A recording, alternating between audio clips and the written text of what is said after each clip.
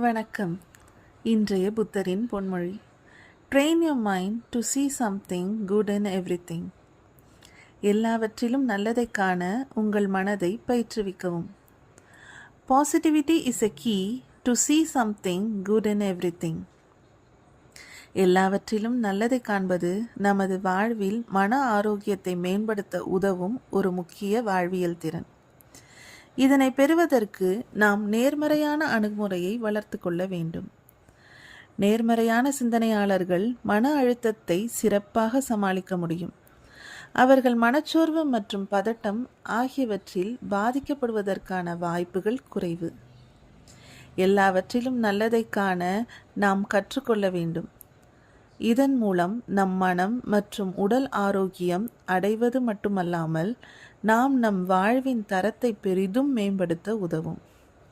வாழ்க வளமுடன். நன்றி.